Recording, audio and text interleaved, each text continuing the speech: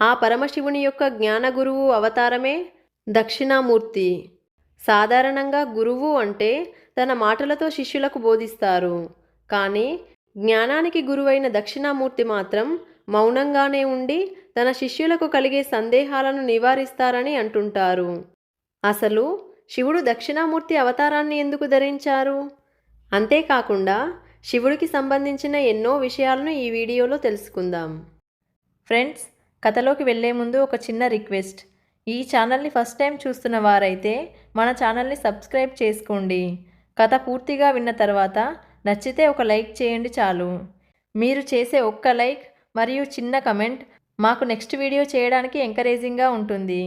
ఇక కథలోకి వెళితే, సత్యలోకంలో ఉండే బ్రహ్మదేవుడు ఈ సృష్టిని ప్రారంభించినప్పుడు మొదటగా సనక, సనందన, సనాతన, సనత్కుమారులను సృష్టించాడు. ఇక తన సృష్టిని కొనసాగించే బాధ్యతను వారికి అప్పగించాడు. కానీ వారు దానికి అంగీకరించలేదు. ఎందుకంటే వారు బ్రహ్మజ్ఞానాన్ని పొందాలనే కోరికతో దానికి సరైన గురువు కోసం వెతికే పనిలో ఉన్నారు. దాంతో బ్రహ్మ మరో ప్రత్యామ్నాయంతో తన సృష్టిని కొనసాగించాడు. ఇక ఈ నలుగురు గురువు కోసం వెతుకుతూ నారద మహర్షి సహాయంతో మొదట బ్రహ్మదేవుణ్ణే బ్రహ్మజ్ఞానాన్ని బోధించమని అడుగుదామనుకున్నారు. కానీ పక్కనే ఉన్న సరస్వతీదేవిని చూసి, ఈయనే పెళ్లి చేసుకుని సంసారం అనే సాగరంలో ఈదుతున్నాడు, ఇక మనకు ఏమని ఉపదేశిస్తాడు అని జాలిపడి బ్రహ్మను అడగలేదు. అలాగే శ్రీ మహావిష్ణువుని, పరమశివుణ్ణి కూడా తమకు గురువుగా ఉండమని అడుగుదామనుకున్నారు. కానీ వారి పక్కనే ఉన్న లక్ష్మీదేవిని, పార్వతీదేవిని చూసి ఆ ప్రయత్నాన్ని కూడా విరమించుకున్నారు. జరిగే తతంగమంతా శివుడు తన మనోనేత్రంతో గమనిస్తూనే ఉన్నాడు.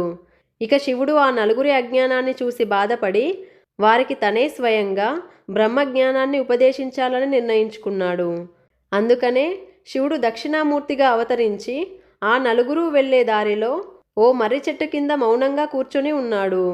ప్రసన్న వదనంతో ఉన్న దక్షిణామూర్తి తేజస్సుకి ఆకర్షితులై ఆ నలుగురు సనత్కుమారులు ఆయన చుట్టూ కూర్చున్నారు. దక్షిణామూర్తి స్వామివారు తన మౌనంతోనే వారందరికీ బ్రహ్మజ్ఞానాన్ని ప్రసాదించాడు. ఇప్పుడు మీకొక సందేహం కలగవచ్చు, మౌనంగా ఎందుకు బోధించారు అని. అలా మౌనంగా ఎందుకు బోధించాడంటే, పరబ్రహ్మంగానే లేక పరమాత్మగానే మాటలకు మనసుకు అందదని తెలియజేయడానికి దక్షిణామూర్తి మౌనంగానే వారికి బ్రహ్మజ్ఞానాన్ని ఉపదేశించాడు. ఈ విషయాన్ని మీరు మొదటిసారి విన్నట్లయితే వీడియోని లైక్ చేసి ఓం నమ శివాయ అని కమెంట్ చేయండి. శివుడు కుబేరుడి గర్వాన్ని ఎలా అణచివేశాడో ఇప్పుడు తెలుసుకుందాం.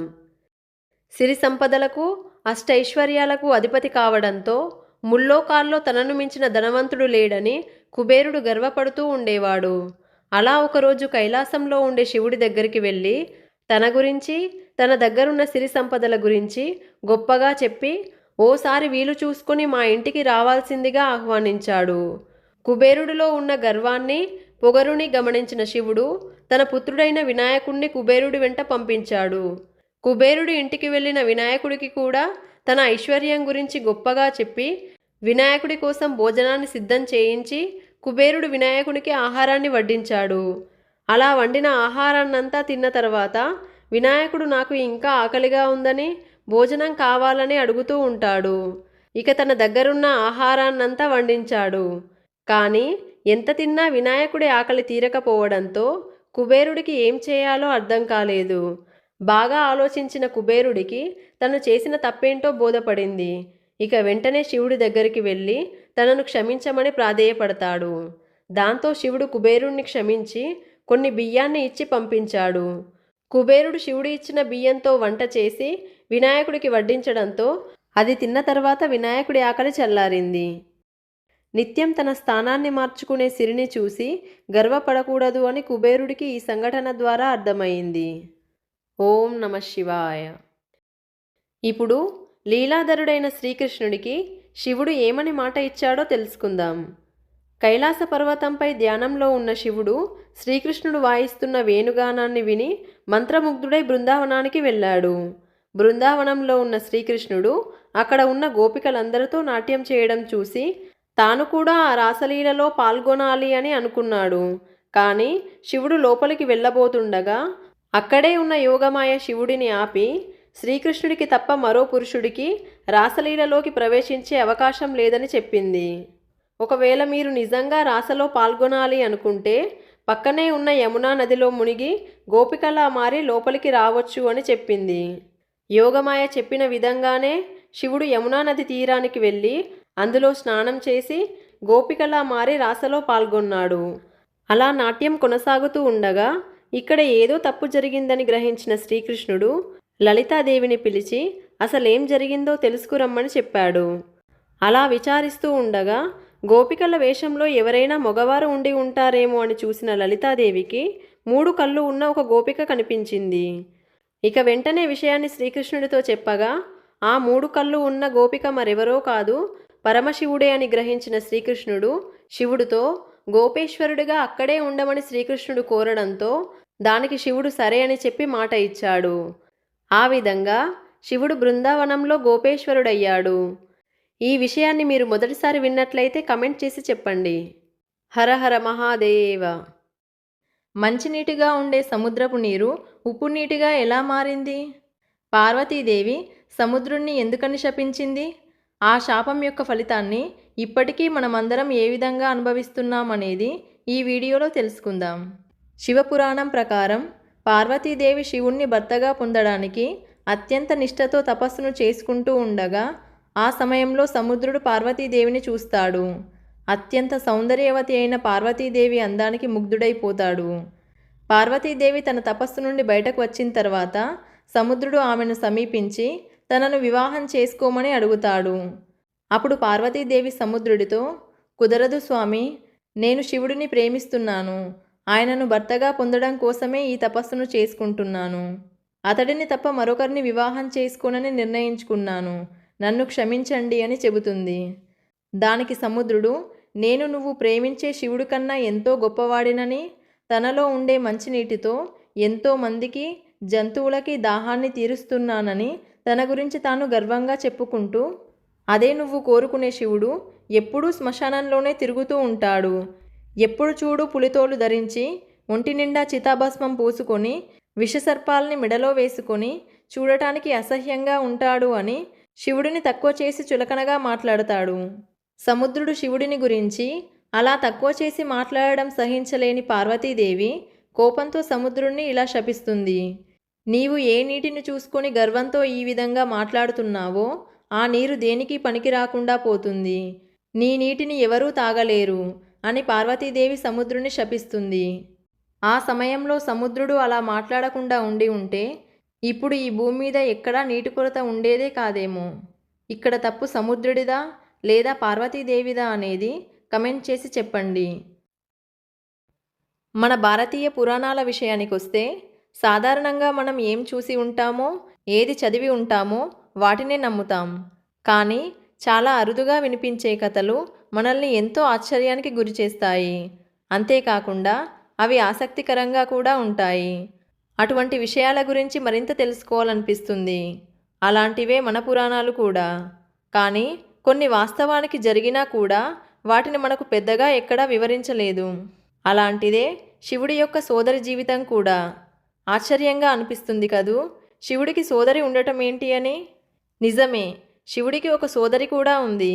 మరి ఆమె ఆసక్తికర కథ ఏంటో, అలాగే ఆమెను పార్వతీదేవి కైలాసం నుండి ఎందుకు పంపించిందో ఇప్పుడు తెలుసుకుందాం.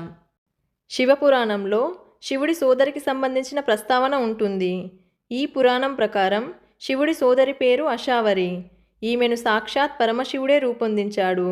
అది కూడా తన భార్య అయిన పార్వతీదేవి కోరిక మేరకు ఈమెను సృష్టించాడు. ఎందుకంటే ఒకసారి కైలాసంలో ఉండే పార్వతీదేవి శివుడితో, మీరు ధ్యానంలో ఉన్నప్పుడు లోక కార్యాలు చక్కబెట్టే సమయంలో తాను ఒంటరిగా ఉంటున్నానని, తనతో కబుర్లు చెప్పడానికి, తన ఆలోచనలను అభిప్రాయాలను పంచుకోవడానికి నాకు ఒక్క ఆడపడుచు కూడా లేదని చెప్పి బాధపడింది. అప్పుడు శివుడు, సత్యలోకంలో ఉండే సరస్వతి తనకు చెల్లెలితో సమానం కాబట్టి తాను ధ్యానంలో ఉన్నప్పుడు సరస్వతీదేవితో నీవు కాలక్షేపం చేయమని చెప్పి పార్వతీదేవితో అన్నాడు. దానికి పార్వతీదేవి, సరస్వతి తన భర్త అయిన బ్రహ్మతో కలిసి సత్యలోకంలో ఉంటుంది కదా, అలా రోజంతా తనతో సరస్వతీదేవి ఎలా ఉండగలదు అని చెప్పి పార్వతీదేవి వద్దు అని అంటుంది. అప్పుడు శివుడు బాగా ఆలోచించి అచ్చం తనలాగానే ఉండే అశావరిని సృష్టించి ఆమెను జాగ్రత్తగా చూసుకోమని పార్వతీదేవికి చెప్పి శివుడు ధ్యానం చేసుకోవడానికని అక్కడి నుండి వెళ్ళిపోయాడు. అశావరి చూడటానికి పరమశివుని లాగానే పెద్ద పెద్ద కేశాలతో జంతువుల చర్మం కప్పుకొని ఉంది. కానీ ఆమె పాదాలు పగిలి ఉన్నాయి. ఇక పార్వతీదేవి అశావరికి చక్కగా స్నానం చేయించి కొత్త దుస్తులను ఇస్తుంది. తర్వాత అశావరి నాకు ఆకలిగా ఉందని భోజనం పెట్టమని పార్వతీదేవిని అడుగుతుంది. వెంటనే పార్వతీదేవి చిటికెలో రుచికరమైన భోజనాన్ని తయారు చేసి పెడుతుంది. వండిందంతా ఒకేసారి తినేసి కైలాసంలో ఉన్న ఆహారం మొత్తం అయిపోయేంత వరకు ఇంకా ఇంకా కావాలని అడుగుతూనే ఉంటుంది. ఇక ఏం చేయాలో అర్థం కాక పార్వతీదేవి అశావరి ఆకలిని తీర్చడానికి శివుడి సహాయం కోసమని బయలుదేరుతుంది. కానీ అశావరి దుర్మార్గంగా పార్వతీదేవిని బంధించి తన పగిలిన పాదాల్లో దాచుకుంటుంది. ఇదంతా తన మనోనేత్రంతో గమనిస్తున్న శివుడు ధ్యానం నుండి బయటకు వచ్చి అశావరి దగ్గరికి వెళ్ళి పార్వతి ఎక్కడుందని అడుగుతాడు. దానికి ఆమె సమాధానం చెప్పకపోవడంతో పార్వతి ఎక్కడుందో చెప్పమని గట్టిగా అడుగుతాడు. అప్పుడు అశావరి తన కాలిని కదిలించడంతో పగిలిన పాదాల నుండి పార్వతీదేవి బయటకు వస్తుంది. చాలా కిరాతకంగా వ్యవహరించిన అశావరి ప్రవర్తన గురించి పార్వతీదేవి బాధపడి ఆమెను కైలాసం వదిలి వెళ్ళమని అడుగుతుంది. లేదా తన పద్ధతిని మార్చుకొని మంచిగా ఉంటానంటే కైలాసంలో అశావరితో పాటు ఉంటానని చెబుతుంది పార్వతీదేవి. అదంతా విన్న శివుడు పార్వతీదేవి అభ్యర్థనను తోసిపుచ్చి ఇలా అంటాడు. ఎప్పుడైనా ఎక్కడైనా రక్త సంబంధం లేని ఏ ఇద్దరు స్త్రీలు ఒకే నీడలో కలిసిమెలిసి ఉండడం అనేది అసంభవమని శివుడు పార్వతీదేవికి చెప్పి అశావరిని అక్కడి నుండి మరో చోటికి పంపించి వేశాడు. ఈ కథను మీరు మొదటిసారి విన్నట్లయితే వీడియోని లైక్ చేసి ఓం నమః శివాయ అని కమెంట్ చేయండి. ఈ వీడియోపై మీ అభిప్రాయాన్ని కమెంట్ చేయండి. నచ్చితే లైక్ చేయండి. మీ ఫ్రెండ్స్ అండ్ రిలేటివ్స్తో షేర్ చేయండి. మీ అభిప్రాయాలని సజెషన్స్ని కమెంట్ ద్వారా తెలియజేయండి. మీరు చేసే లైక్ అండ్ కమెంట్ వల్ల ఈ వీడియో మీలాంటి ఇంకొంతమందికి సజెస్ట్ అవుతుంది. సో ఇలాంటి మరిన్ని ఇన్ఫర్మేటివ్ వీడియోస్ కోసం సుమక్క 369 ఛానల్ని సబ్స్క్రైబ్ చేయండి. వీడియోని చివరి వరకు చూసిన మీ అందరికీ థ్యాంక్ యూ. నెక్స్ట్ వీడియోతో మళ్ళీ కలుద్దాం. జై హింద్.